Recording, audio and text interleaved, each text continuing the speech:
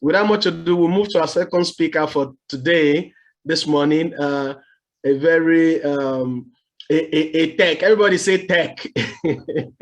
Okay, so Mr. Bimbo Omotosho, okay, is a graduate of Lautech. Is a CEO of his own company. Was recently the chief technology officer of Konga Group, the chief CTO of Konga Group.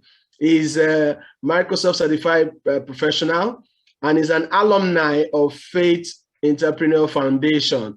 So he's got a lot of things to deliver, and it's someone that his IT expertise spans different sectors of the economy with some specific areas of microfinance, distribution, and logistics, as well as e-commerce and retail. A lot of things there. But much more than all this, he has successfully trained about 100 people in different forms of apprenticeship programs, and we, in collaboration with corporate bodies and governments like Osun State and some other organizations that is partnered with.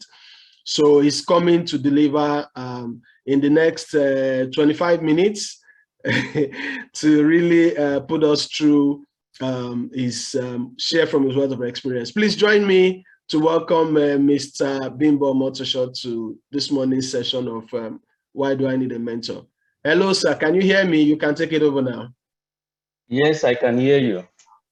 Please, can everyone hear me? Yes, we can. All right. Good morning, everybody. Loud and clear, loud and clear. Yeah, good morning this Saturday morning. Yeah, so I hope I can exhaust 25 minutes. So, yeah, I will be talking about why do I need a mentor? I'm going to touch on that a bit, even though my sister did a lot of justice to that. Then I will be talking about how do you find a mentor and how do you manage one when you eventually find. So sorry, I don't have any presentation. I'm going to be talking more from my notes, which is by my side here. So you are an entrepreneur and you have a lot of passion. You've probably even attended a business school. You've probably worked after school. Maybe you have some years of experience in your field of interest. And you have this unique idea to start something fresh. Bear in mind, you have not gone this path before. All you have is your passion and probably some investment, maybe personal or some friends, or you raised investors. How are you going to be, how are you sure that your idea will really work? How are you sure that you are not just driven by your own views alone that nobody shares with you? Your mentor is that person. You see, the beautiful thing about this is, while you have gone to a business school and you paid, while you took your technical training, say, in my own case, I'm a software developer, I study computer science, I paid through school, or my parents paid. You went to a business school, you paid. Mentoring is that side of life, very beautiful side that you don't, well, some people pay for it though, but it's that part that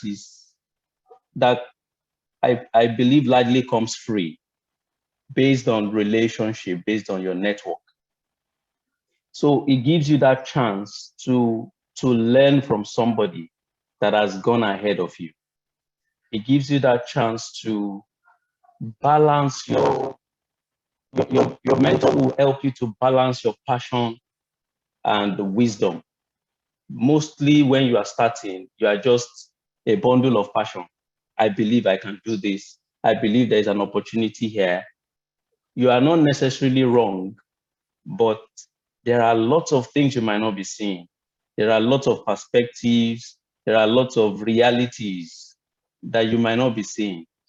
but you just want to start out there and expend your energy, expend your money, and in 2-3 years down the line, you could have failed. You could have burnt all the investment and you feel that you got it all wrong. Your ideas might never have been wrong. It's just that passion probably was bigger than wisdom for you. A mentor largely helps you to avoid all this. A mentor would help you guide against mistakes that you could make early in business. It validates your instincts. You know, I talked about passion. You have instinct about something, it really might not work. Your market might not be ready for it. But because you are more driven by that, you could try it out. So mentoring really helps you to learn. It's hand holding, someone that is holding your hand and guiding you through. Without it's relationship driven. So it's not necessarily what you are paying for.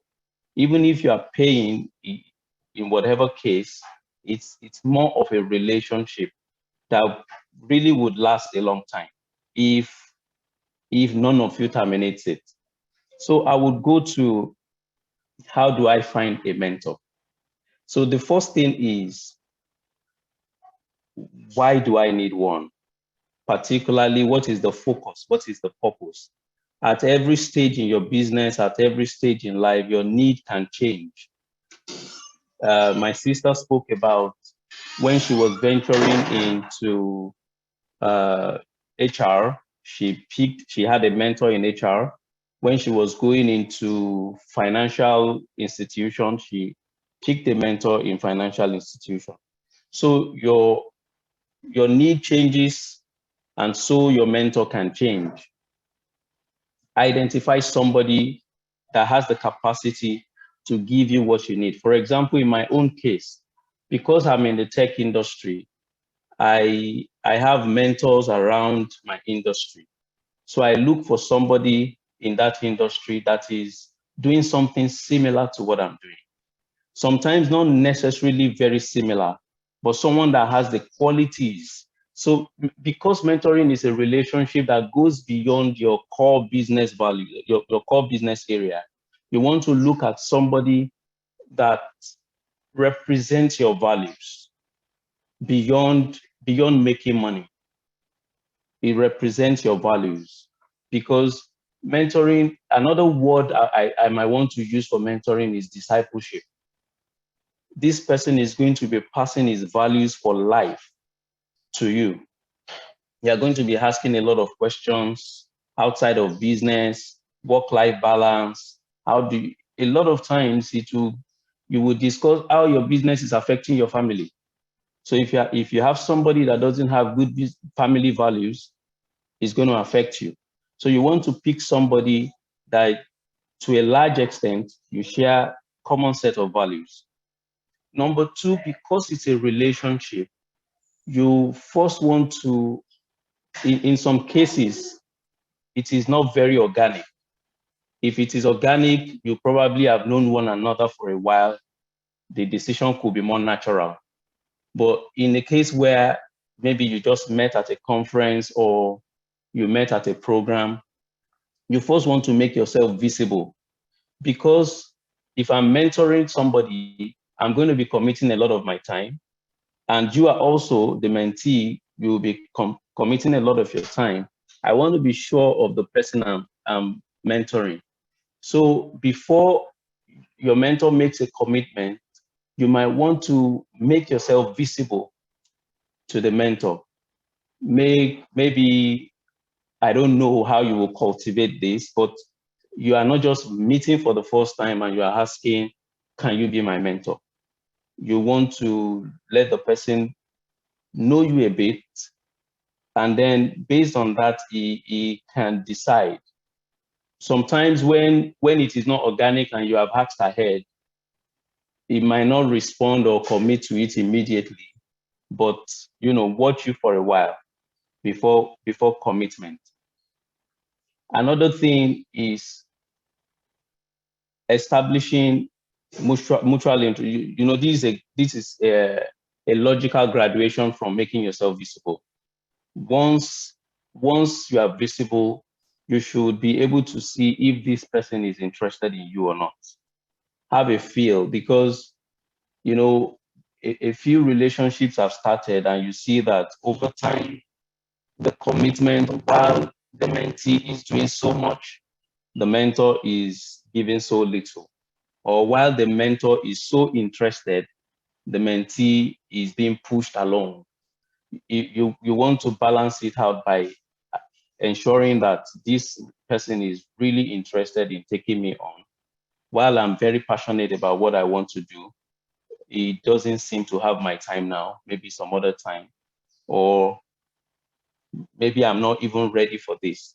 You want to be sure that you identify somebody that represents your values and what you need mentoring for at a particular time.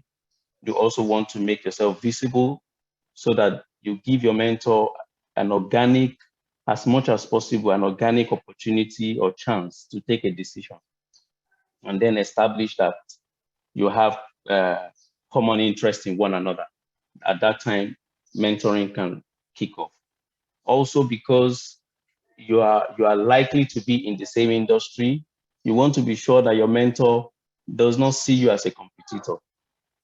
In that case, he's hiding information and is gaining from you, from your business ideas, because you are very passionate. It will be unfair, or it will be unfortunate that every time you meet your mentor and you are sharing your ideas, he's seeing a staff that he can employ. A few times this has happened, that your mentee eventually becomes a staff of your company, because you know he's more than a regular staff that wants to collect money at the end of the day. And you see this passion and you feel that, oh, because he's struggling in his business, let me give him an opportunity here. A few times that has played out between mentors and mentee. You want to be sure that this person really has your interest at heart and will not truncate your journey. Because at the start, you are struggling to, you know, find your footing as an entrepreneur. You are struggling to make your business stable. And there might be times that you have challenges. If your mentor is dangling a carrot before you, you know that you have picked the wrong person. Also, I will go on to, can I manage more than one? Can I manage more than one mentor? Before I go on to this, I want to go back a bit to why I need a mentor. A lot of times, we have not counted the cost of the discipline in lifestyle that is required to be an entrepreneur. You have not seen it before done. You are probably used to just resuming in your office, closing at the end of the day, collecting your money at the end of the month. Either the company makes money or not, you don't care. Mentoring will give you that chance to observe somebody at a close range, the level of discipline, personal discipline that is required to make a successful business. A lot of times, you would have to ask yourself again, am I sure I am ready for this? I have had an opportunity to observe someone that I will consider in the top 10 in this country at a close range, top 10 in terms of net worth. And I see the level of work, the level of discipline, the level of personal discipline, to choice of meal, to events. It is a total experience. It is a total lifestyle decision to say you want to be an entrepreneur. If you are targeting, say, your business, I want to run, for example, $1 million business. I would advise you today, look for somebody that is running $1 million business and observe them and ask yourself, am I ready to pay this price? It is very easy to set targets on your computer or on your notes. Observe lifestyles and ask yourself, am I willing to pay this price? So mentoring gives you that opportunity to observe somebody at a very, very close range and begin to challenge yourself. Yeah, sorry, someone asked me a question here. So it gives you that chance to ask yourself that question, am I ready for this? Or challenge yourself. A lot of times we learn where we don't have experience, we learn by observing. We learn a lot by observing. That is what parenting did for us while growing up. That is why we have family systems. Mentoring is another area in our society that caters to more like parenting in business. So it is very, very valuable that you have somebody that matches your drive, that matches your vision, if not your current status, that you can observe closely to know what it will take to achieve where they are, to get to where they are. So I will go on to, can I manage more than one mentor? I think implicitly this has been addressed by the first speaker and a few things I've mentioned earlier. So I believe that you can have much more than one, but this is my caution. I would say my advice would be that depending on the phase of your business, depending on your need, don't have more than one in a particular area. You have needs, like she rightly said, I had a need when I was going into HR, I picked a mentor in HR. I don't know how it would have worked if she had had two mentors in HR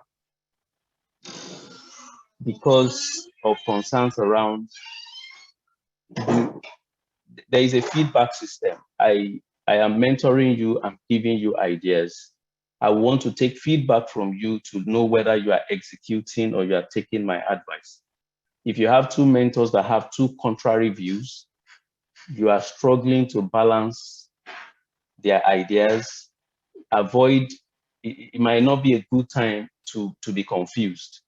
So I would say per area of interest, it's not bad or it's not out of place to have someone you are looking up to.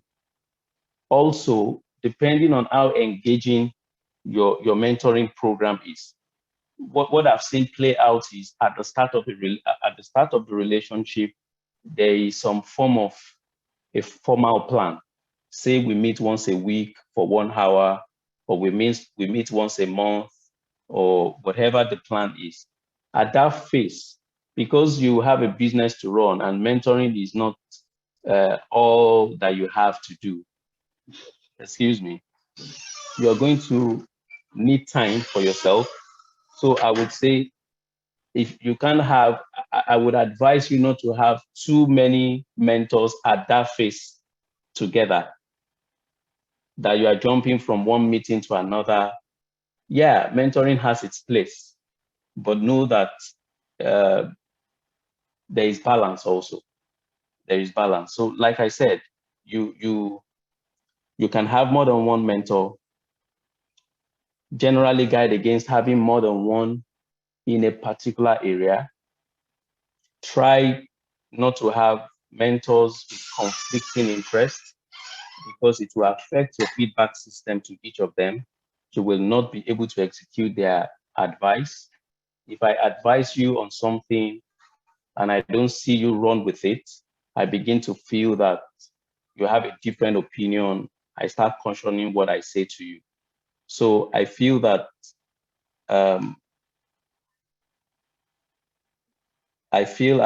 I've done some justice to that.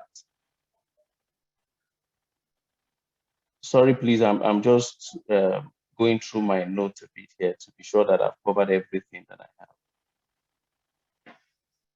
All right, I think that will be all from me. I hope I've been able to pass some knowledge across. Thank you. Thank you, sir. Excellent, excellent, excellent. Thank you very, very, very much, Mr. Bimbo Omotosho. Can we just show him some appreciation and love for that short, what we call triple S, short, sharp, and sweet.